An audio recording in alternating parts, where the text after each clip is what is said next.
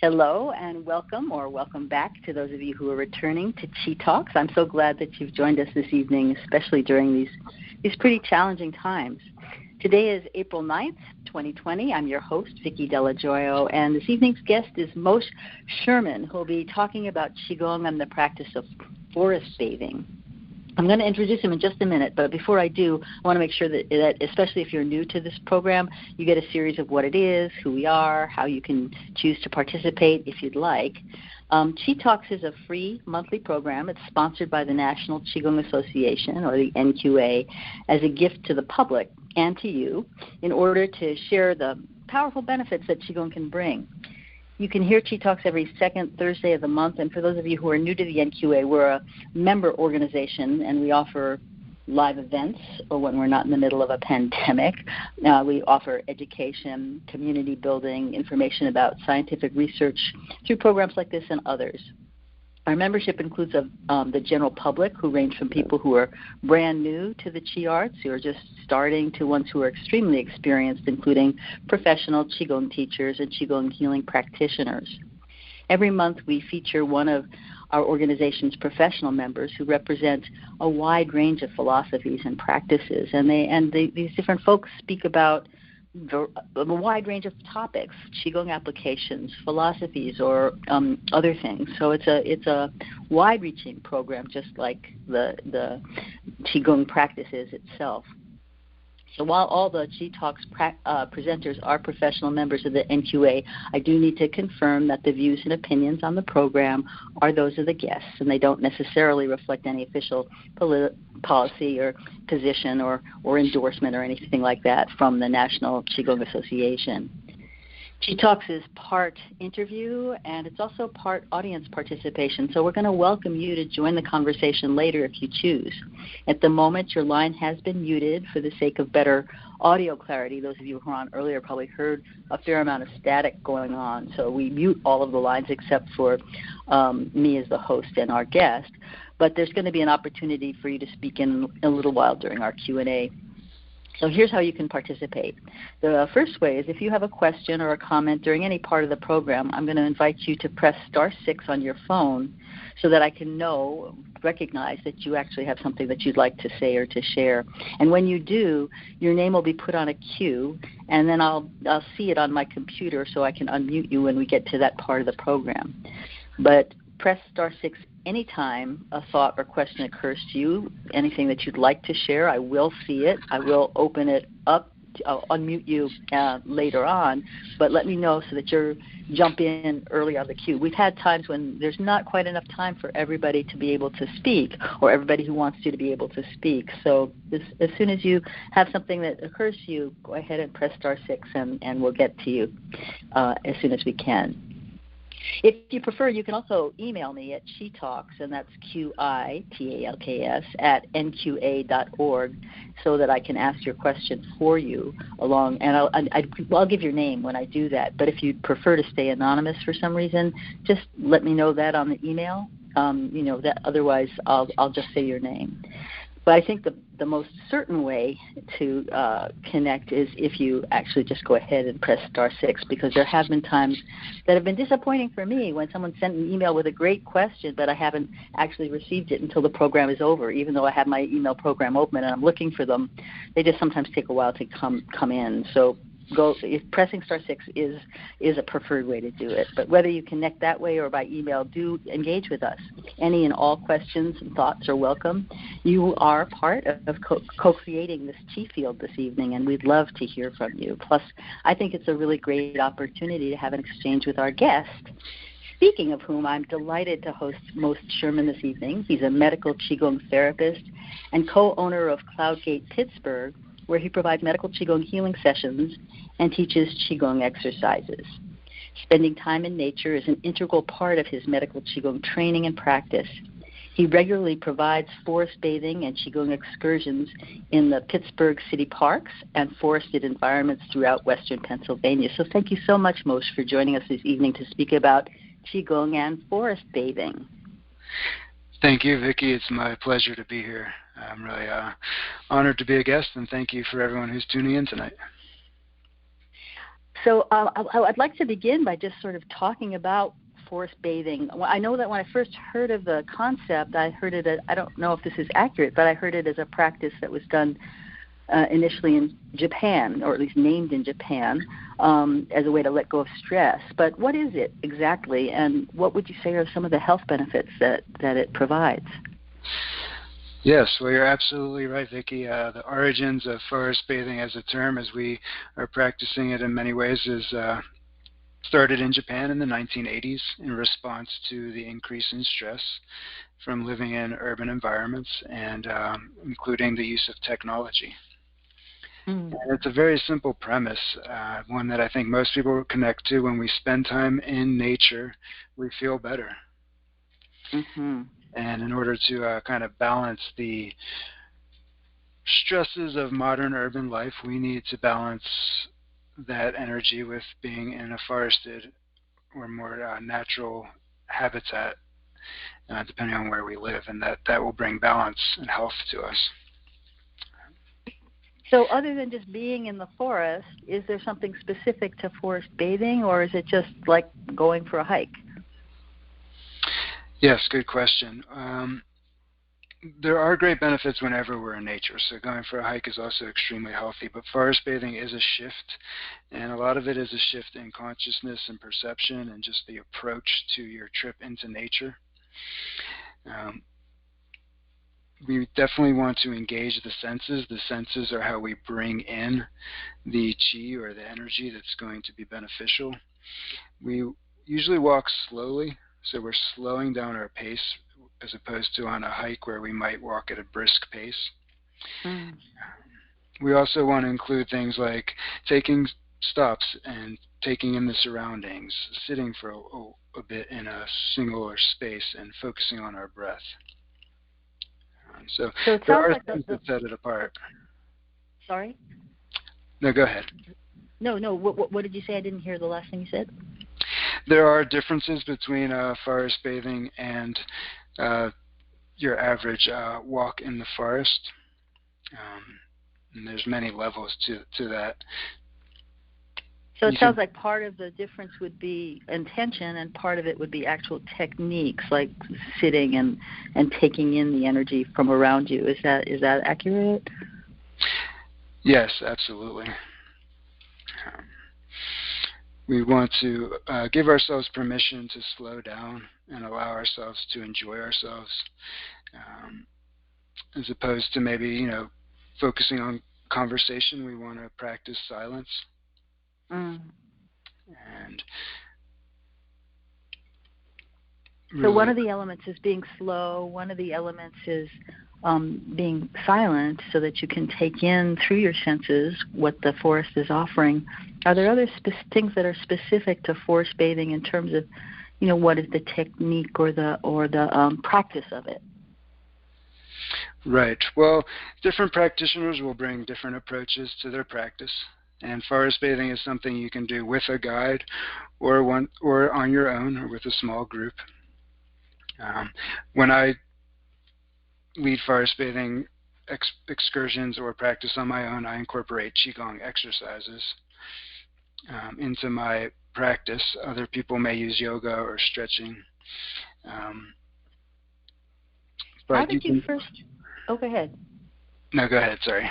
How did you first connect with it? How did this come into your life? Because were you a Qigong practitioner before you started doing forest bathing, or did they happen simultaneously, or how did you connect with it? Yes, good question. The forest has always been a refuge for me since I was a child, a place where I would go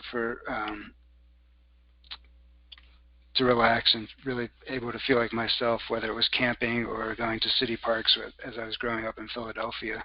As far as integrating it professionally into my practice, after I finished my medical Qigong therapist training, I began teaching classes in Pittsburgh at the public parks, practicing Qigong exercises. It just was a natural thing that just made perfect sense, and I was going with the flow, and it felt good, and I was having a great response and really having these great sessions with people in the park. And then we just kind of naturally started going into the forest, and I was at that same time that I started more formally learning about forest bathing, reading literature, and practicing it myself, and began to really organically integrate my QiGong, outdoor QiGong exercise classes into more of a forest bathing excursion into the park, and bringing the exercises along with us as one of the tools we use while we're forest bathing. What are some of the ways in which forest bathing has impacted or influenced or shifted your practice and the teaching that you do?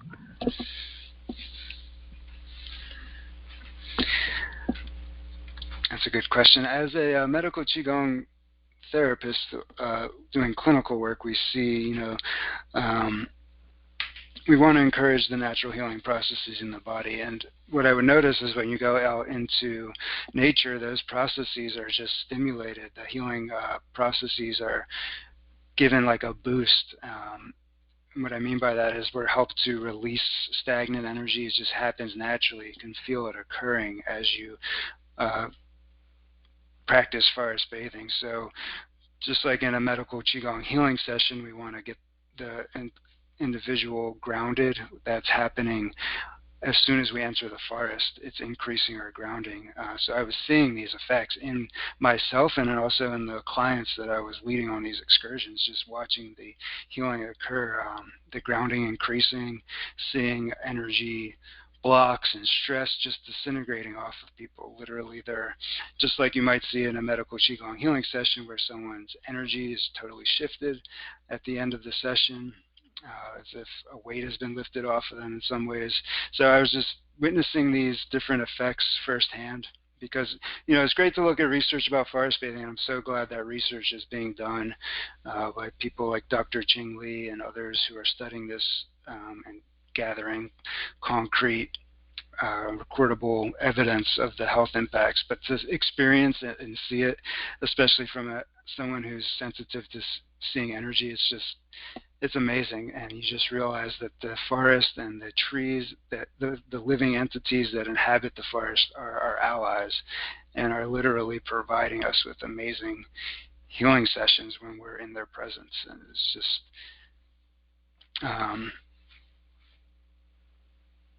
so I may have gone a little off the question there, but I'll leave it to you to get it back onto the track here. No, Moshe, it's beautiful. I mean, what I'm thinking about is that loop of reciprocity that happens. We breathe out, we feed the plants, and then we breathe in, and we're breathing in from the plants.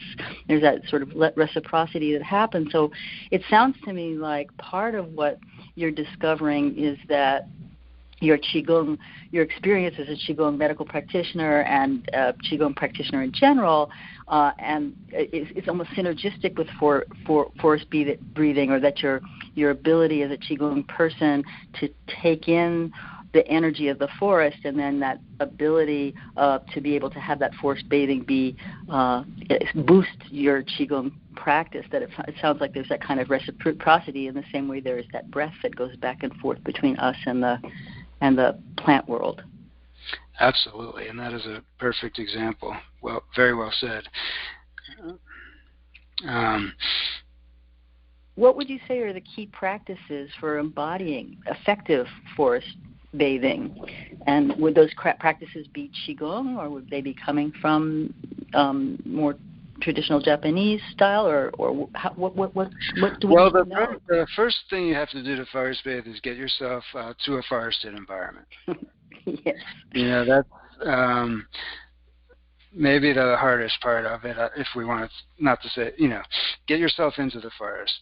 So that requires us to make space for the practice, just like Qigong exercise. So it's great talking about these topics with a Qigong audience. I'm so happy to explore these topics in these ways. Getting yourself to the forest is the first step, and then a big part of it is disconnecting from technology. So obviously we're all feeling techno stress. We all are familiar with that from our everyday experiences. The stress of using technology, the stress of having technology near our bodies. technology is great, but we just need to be able to create balance and boundaries, and forest bathing is one way to do that. So turn off your So you phone. wouldn't suggest, yeah, I was going to say you wouldn't Yeah, suggest checking your email on the phone while you're in the forest. right. So, do your Facebook post right when you get there, and then, set down your phone. You can, and I will tell people, if you're not comfortable turning your phone off, because some people are at that, and or there's a valid reason, at least shift your relationship to it, where you're not going to check it during the walk, and you're just going to try to create a shift there, because just doing that alone helps us engage our senses into our surroundings. So even when we have a phone in our pocket and we're not using it, I might be thinking, oh wow, I could get a great picture of this right now and share it with my friends. But when the phone's off, it cuts off that whole aspect of our mental process, and that opens Seems up. like it would also shut off a vibrational piece too, wouldn't it? Absolutely. Then there's the actual item being in close proximity to our body, which definitely impacts our energy system and our physical health. So we need to be able to take breaks from these devices. It's very beneficial for our health on many levels. So just taking a little break can go a long way, and gives your body a chance to focus on other things. It gives your mind a chance to have a different awareness, and also your body as well. Yeah, I was just thinking about, I wonder why it's so hard, why it seems so hard for so many people to turn off their devices, or to be able to actually, just thinking about that, or you were saying, you think, oh, I could take a good picture of this and share it with my friends, that sense of availability, and the sort of it's almost like I said, it's kind of a vibrational set that we fall into.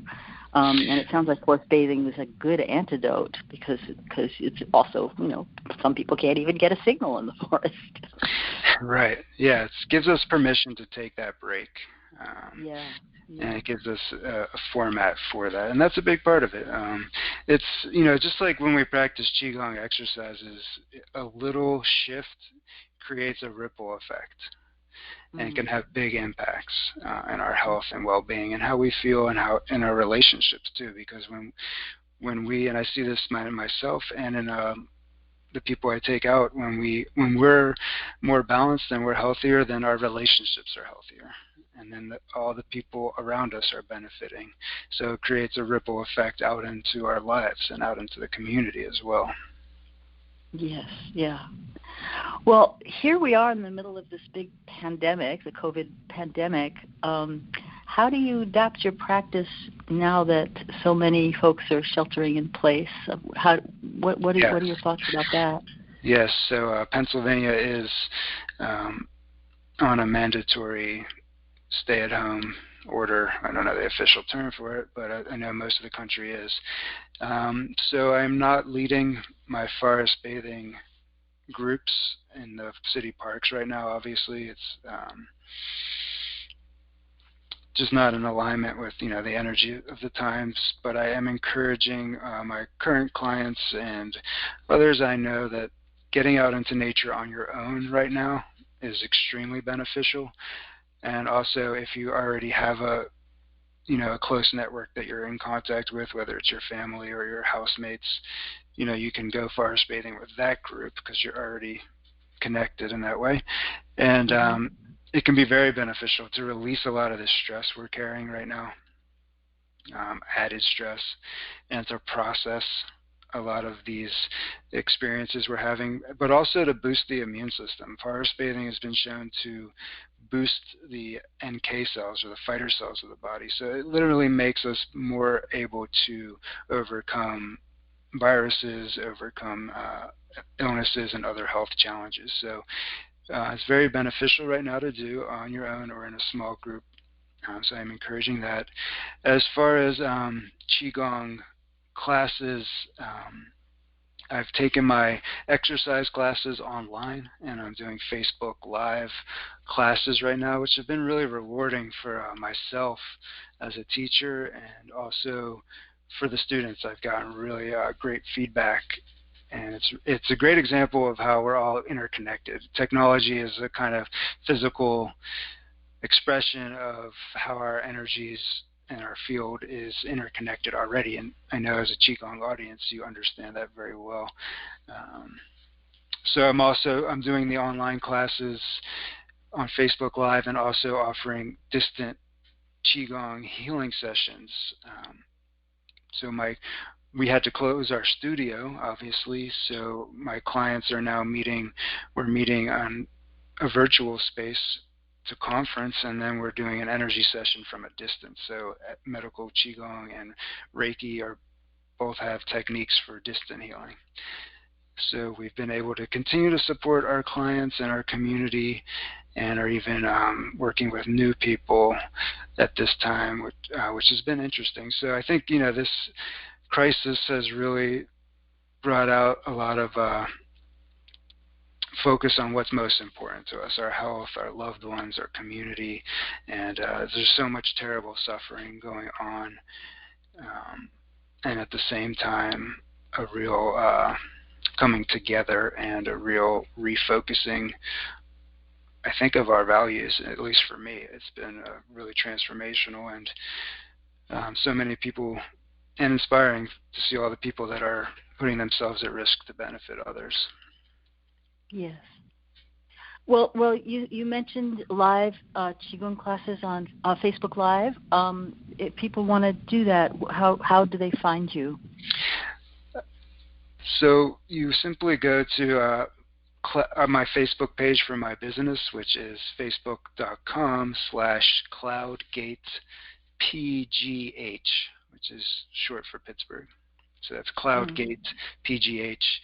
And the morning class I'm doing is Wednesday through Friday, 8:30 a.m. to 9 a.m. Eastern Time.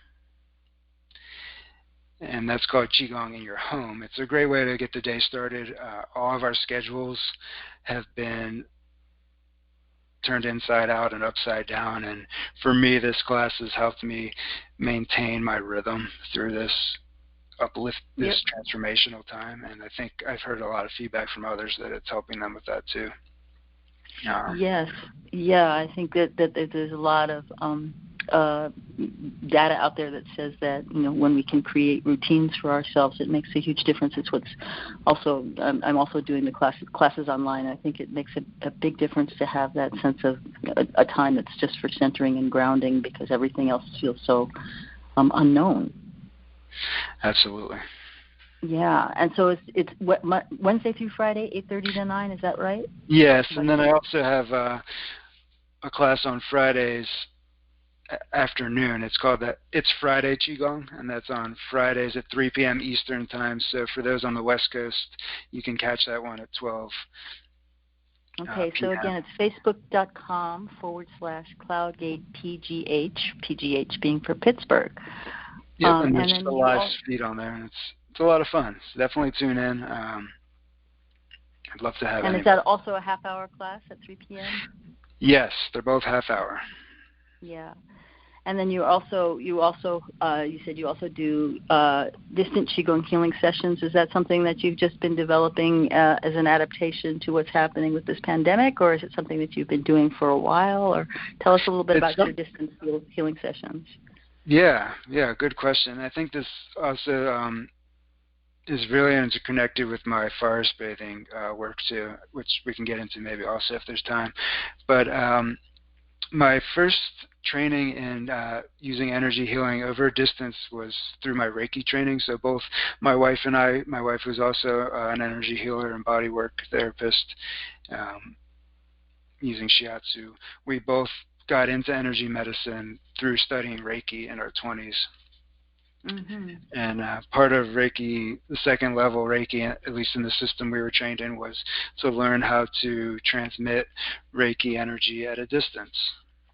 And for those of you who aren't, most people are familiar with Reiki right now, but it's essentially ki or life force energy. It's a Japanese practice, and you infuse the receiver with fresh chi or fresh ki and promote to promote health and vitality in the body, to promote movement and growth and evolution in the person.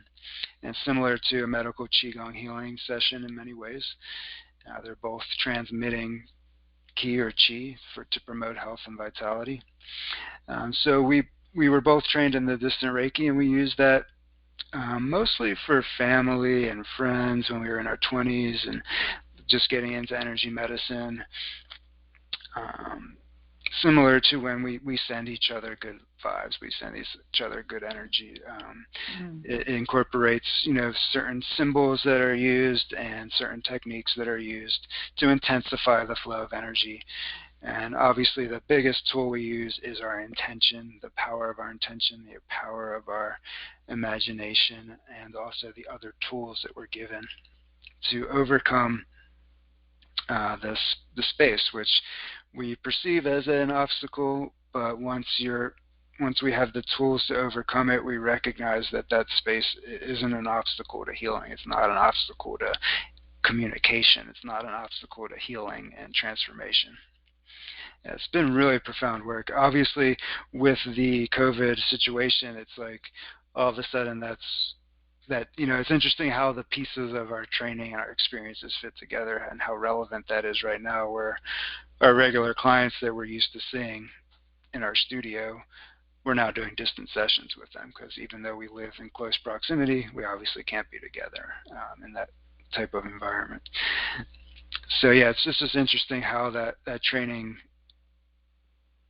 fits together, and I'm really glad I have those tools right now. So definitely anyone who's interested, you can always contact me and we could talk further about it. Yeah, I think you said you wanted to offer a discount for listeners who contact you within the next day or so. So if they want to find out more about that, they should contact you at cloudgatepgh@gmail.com. Is that right? Yeah, that would be my email address, cloudgatepgh@gmail.com. You can also connect with me through the Facebook site. Okay. Great. And yeah, anyone who wants, I love this community, and I appreciate everybody who's attending tonight and listening in. And so as a way to say thank you, I'm happy to offer a discount. And also, hear what you guys are experiencing with if you're doing distant work or receiving distant work, any dialogue on that topic I also welcome, because it's a fascinating topic. And so you said earlier, Moshe, that you said that we could talk about something later. I think it was about your journey from Reiki to QiGong. Was that what you were referring to, or was it? Oh, yes. Well, that is, the connection between Reiki and QiGong, and also how forest bathing ties in. Tell us what you're thinking. So, when I was training in medical QiGong, I trained with Dr. Ted Sybek, who has a school in Pennsylvania. And his setting is gorgeous. Kate, I know, is in the audience. She's also a student. We trained together, and there's a large wooded area as part of his property where his school is, and we would do our training in QiGong, and then during the lunch break I would always foray into the woods and just I didn't realize it at the time, but it was really melding my QiGong training and the idea of forest bathing, because I would practice what we had done in class or just let the material integrate into myself while in that supportive environment of the forest.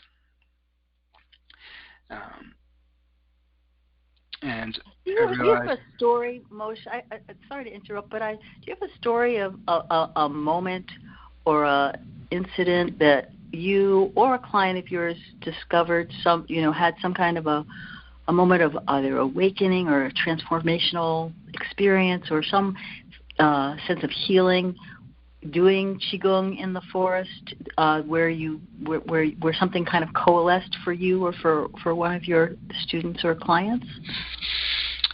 Right. Well, that does occur very often. You have a favorite one? What did you notice? A lot of the times when we talk about forest bathing, you're bringing up an interesting subject. There's these blissed out forest baths where we're really like in our bliss, and it's a really special, magical time. And we feel better afterwards. We feel more connected. Maybe we were depressed when we started, and then we're not feeling depressed. We're laughing and talking to the other people in the group, which can be pretty transformational for someone. I know from personal experience, depression can basically cripple you in a lot of ways. And if you can get a reprieve from that and be laughing and talking to someone after an hour or two in the forest, that's going to have shifts and impacts beyond that moment for you. But also, forest bathing, I do lead forest bathing classes throughout the whole year. And for example, if we go forest bathing in the winter and it's snowing out, you might have a couple of bliss moments, but there's also this idea that we're aligning with what's really going on. We want to align with the energy of the present moment in the forested environment.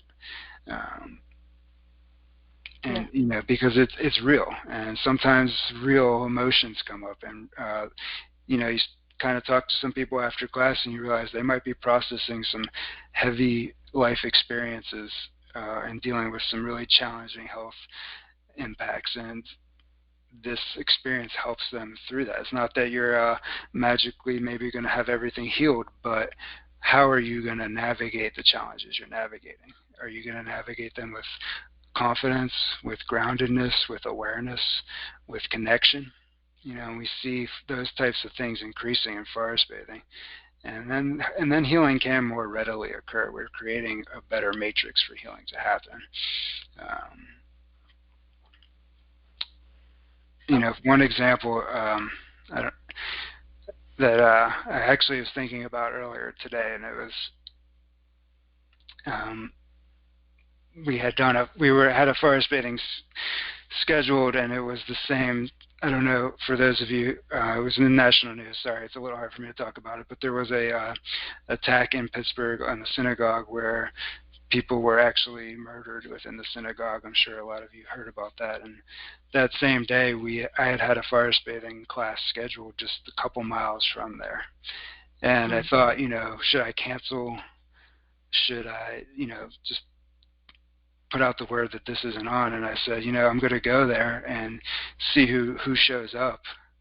And we're going to forest bathe, and this was something that hit very close to home for me, this whole incident, and in Pittsburgh in general, it's a very close community, so it hit a lot of people, and people showed up for the forest bathing, and it wasn't blissed out or anything of that nature, but it was extremely healing. We barely talked at all. But it helped us to process that experience. It brought us together, and it took us into an environment where we were supported by all the plant life. Each plant in the forest is a unique being. It's a unique expression of the life force, or Qi. It has its own consciousness. It has its own story. It has its own perspective. So when we immerse ourselves in a diversity of, it's like a sea of diversity in the forest, and it promotes the healing processes within us. We can understand little snippets of it or explain certain things scientifically, but it's much more profound than we could even, I think, communicate. And that was one example where, forest bathing, I know for me, and I think the other people that were there that day, it was like we had a friend to console us, and it helped a little bit. Yes, a little bit of a balm. Did you practice QiGong too, or was it just not that there's really a difference at some point, but right. So we did practice QiGong. So for me, now there's different practitioners, and everyone, I said, has their own approach and own styles, and they're good. And that's one of the beauties of forest bathing, is you can adapt it to your personality and your interests. But I will always integrate QiGong exercises into my sessions. And I'm imagining that sensitizes you then to the diversity of the forest around you. Exactly. I want to open up. I want to open up the call for any questions or comments. Remember, press *6 on your phone. We'd love to hear from you if you have a question or if you have your own experience with forest bathing. I'm going to go ahead and unmute you, Dennis.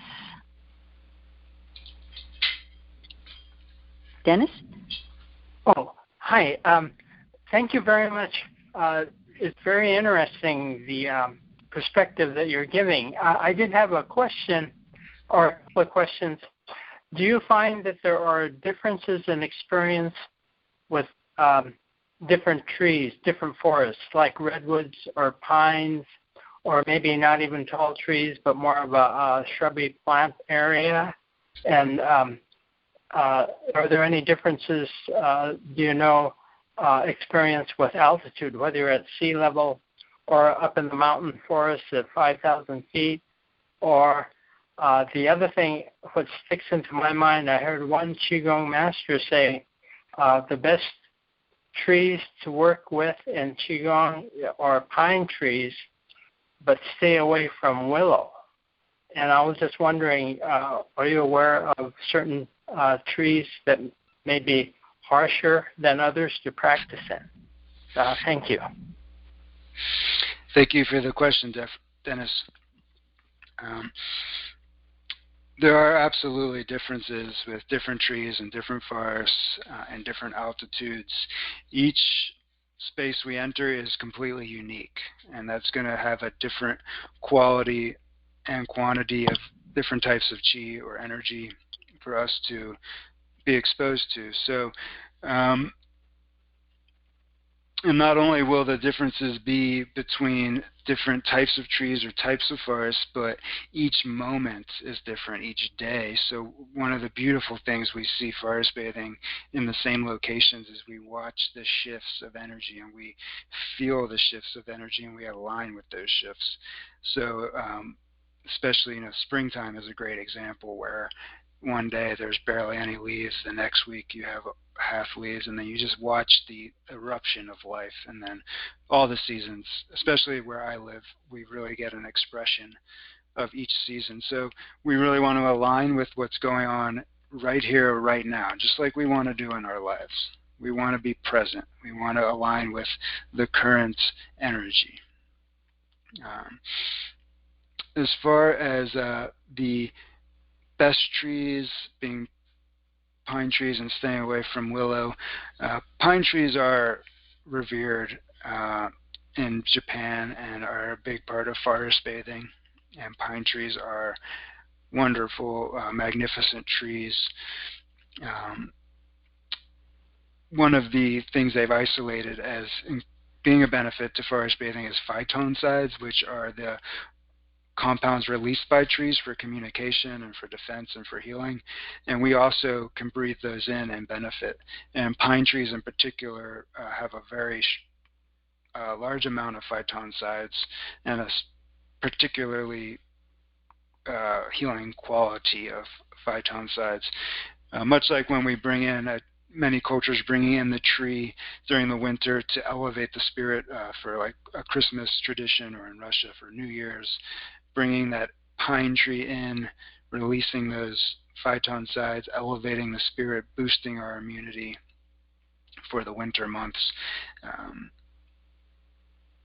As far as staying away from willow, I don't know about that and what the reason for that would be. I've never had a problem being near willow, and I think one of the things to remember too, and one of the shifts I encourage with forest bathing is it's great to identify the different types of trees, and that helps us to understand that tree, but we want to also connect to the unique tree itself as a life form. Look at the expression that it's choosing to show us of life force energy, and immerse ourselves in the field of that tree and touch that tree with our hands if we want to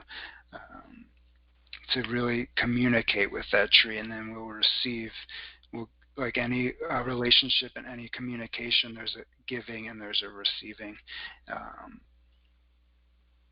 So Thank that's some rambling you. on that topic. It was a good question. Thanks. Thank you, Dennis. I'm going to go ahead and unmute Judy. Hi, Judy. Hi, Mom. Hi. Hi, Judy. Good to talk to you and good to hear you. Oh my goodness, you're so. Yes, I love this good to hear you. topic. Thanks. What my question is, for me, QiGong has always been a really deep inward sensing, and I've cultivated my ability to sense the movement of Qi inward and, listen for blockages and circulate the energy in a real inward sensing. And when I do forest bathing, it's very much an outward sensing, smelling and listening to the birds and investigating the sense of the forest and stuff. So it's real outward sensing. And most of my various Qigong teachers in the past have sort of, well, it's fine to practice outside, but keep your mind inside, is sort of their approach. Stay attentive inwardly. Don't get distracted. And I was wondering what your sense in, as you've been merging these two fields, how are you growing through these kind of experiences of inward and outward, and what's distraction for what? Okay, thank you. That's a good question. Thank you for sharing some of your experiences. I know you practice forest bathing and Qigong. Actually, your Qigong class was one of the first Qigong classes I took many years ago. I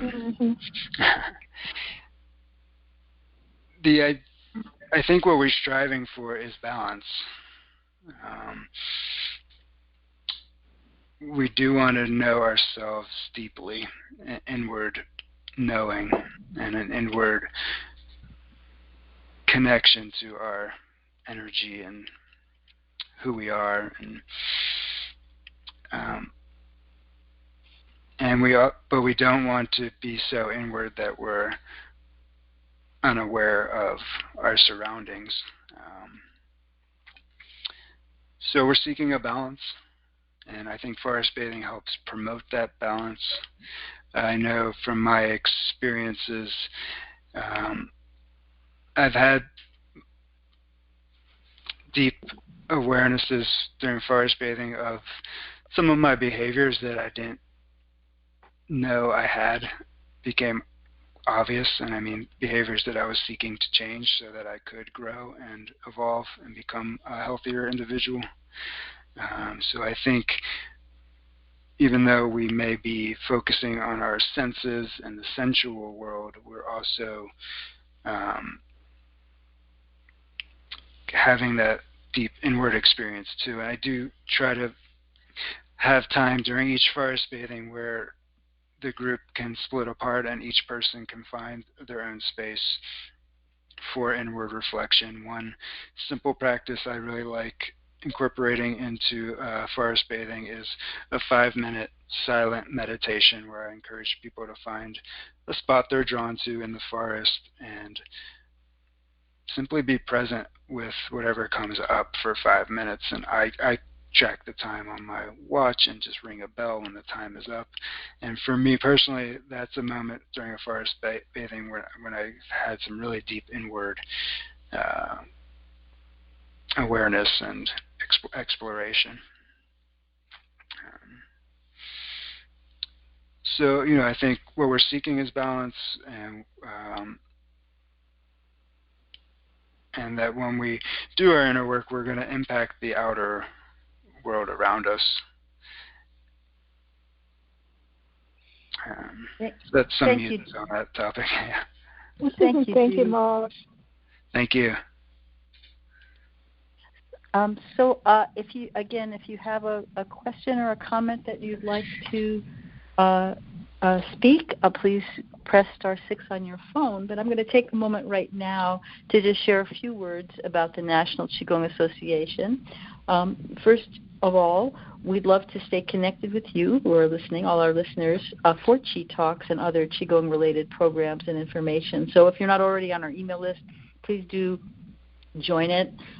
You'll just need to connect with nqa.org and ask to be on the mailing list. And if you do, you're not only going to receive announcements for future Qi Talks programs, you'll also get things about events that we produce, research that we do as an organization, and more.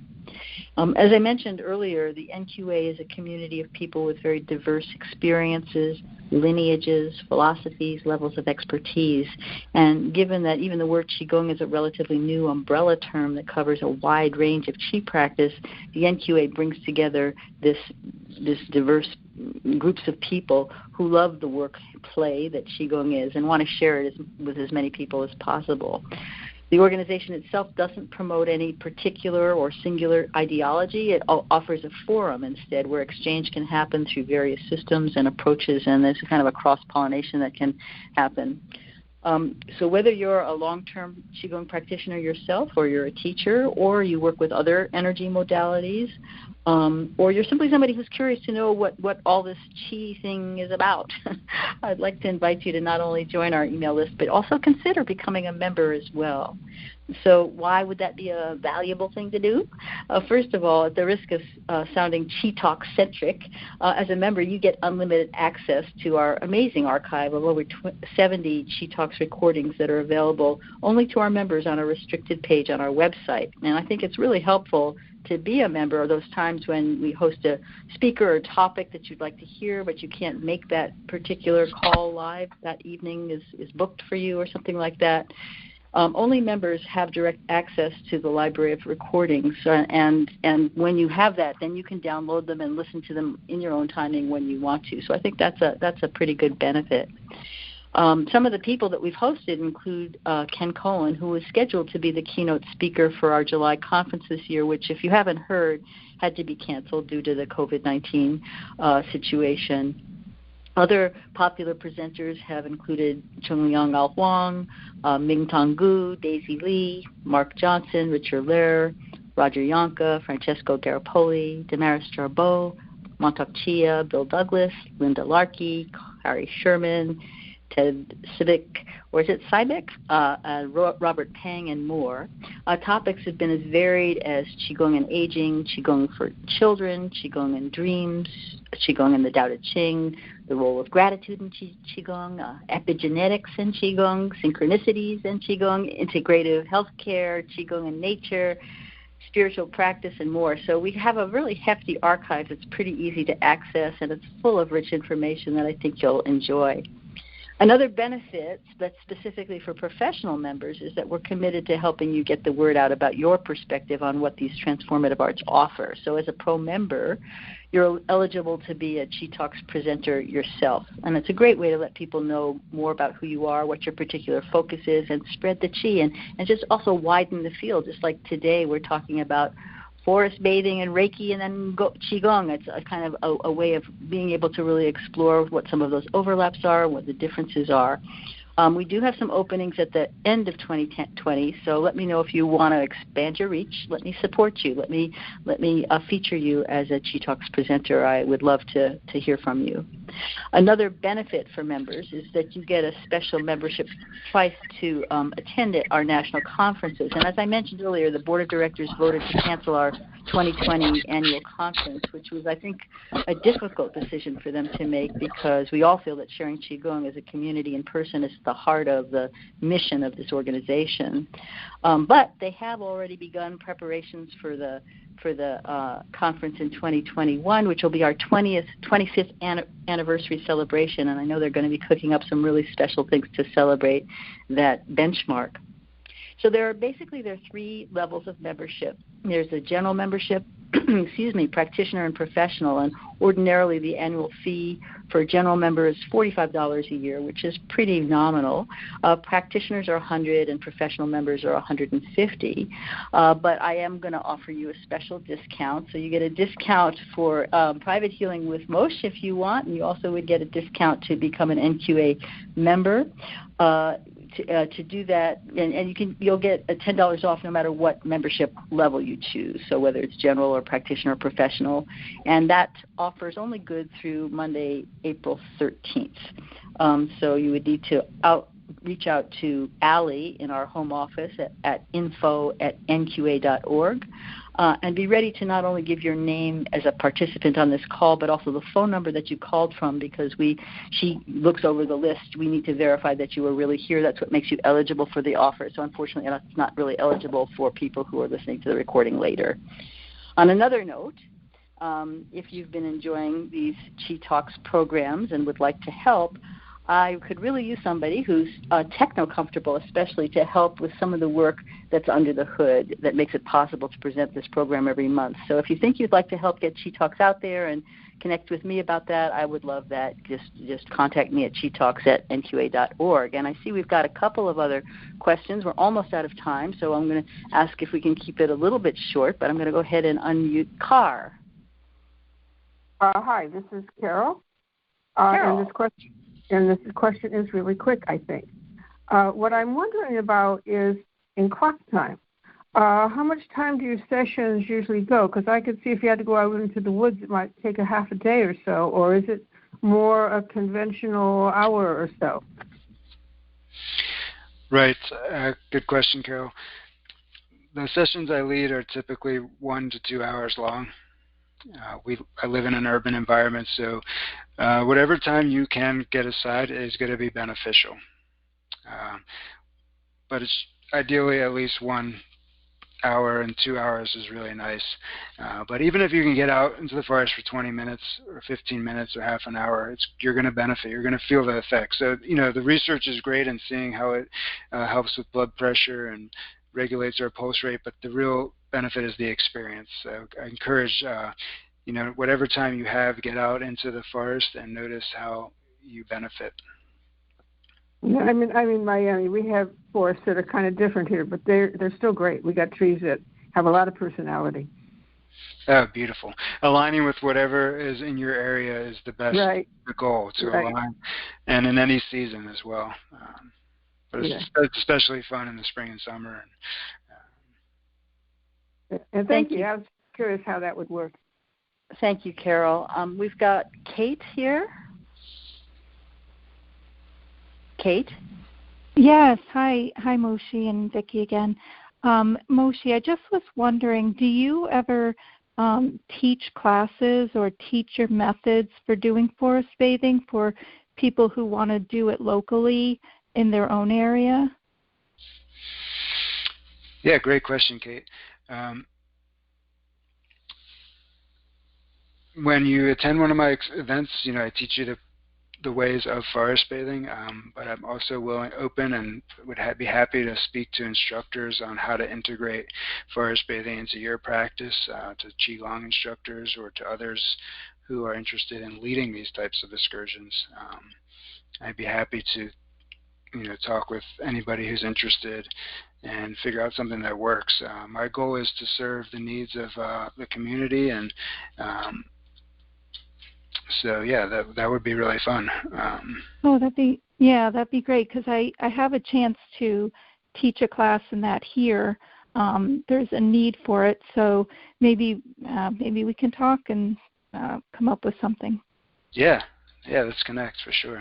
Cool. It's a great idea. Okay. I haven't. Thank you. Yeah, you're welcome. Thank you. We've got a couple more people who are asking questions. Again, I'm going to ask for it to be quick. We've got just a few minutes left. So, Mark, and I see you, Sylvia. I'll get you as soon as we're done with Mark. Hi, Mark. Hi. From one Pennsylvania boy to another, have you ever emphasized the need to take your shoes and socks off and let your bare foot touch the ground? Because I literally stumbled on that one day, and my foot started vibrating. It turned red, and it was sucking up from kidney number 1. and it was like, wow, everybody should know this. So anyway, do you do that? I hope you do that, because it was absolutely. Oh, good, yeah. good. Yeah, so I will encourage that, depending on the weather, I'll encourage people to remove their shoes, and if you're comfortable being barefoot, it's very beneficial. It increases grounding. It helps the energy. We're constantly receiving energy from the earth and releasing energy back to the earth. When we're barefoot on the earth, that process is going to be occur more readily, more smoothly, and with greater ease. And in your example, greater quantity of energy moving. So it's a beautiful experience. I do encourage that. Absolutely. Good. Okay. Well, good. Thanks, Mark. Yeah, I'm going to go ahead and unmute Sylvia. Hi, thank you. I'm sorry I missed part of the beginning. I couldn't get on from the beginning, but I was wondering if you have a park that's really close. Is that probably not quite as good as forest, but is that acceptable? Is it good enough? Is it better than in your backyard? Thanks for the question, Sylvia. The park nearby you is great. Wherever you can get into nature, that's going to be your point to go to. Like I said, the first step to forest bathing is getting into a forested environment and noticing how you feel there. And then when you get a chance, go to another forest or a park and notice the differences. And even being near a tree or gardening, for example, all those are like mini opportunities to connect with nature, or not many, I shouldn't say many, but other ways to benefit from the healing powers of nature. And I encourage those as well. Anytime we're in the soil and touching soil, that's extremely healthy for us, for the microbes in the soil to be. Thank you. Thank you, Sylvia. I have one more person who just logged on, and I'm just going to go ahead and unmute you. Dan, can you make it super quick? Hi, Dan. Good to see you here. Hi. Thanks so much for the program. I am really resonating with it. Just two quick things. I wasn't able to write down the email address. I got CloudGate, but I didn't get the rest of it. And then, do you have a website besides Facebook? Yes, Dan. Good questions.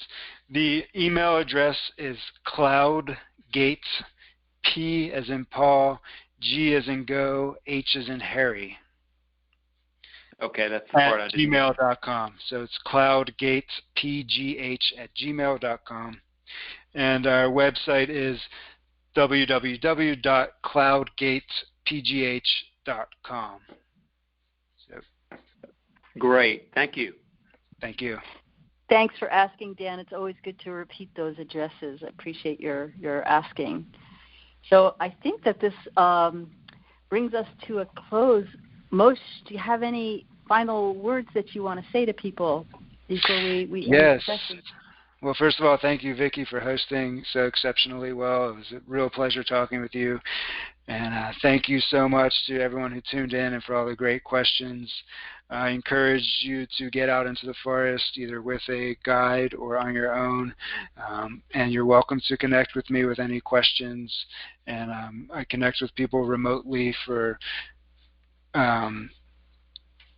connections. So definitely feel comfortable contacting with me and enjoy your time in the forest. Allow yourselves to have fun is a big part of it.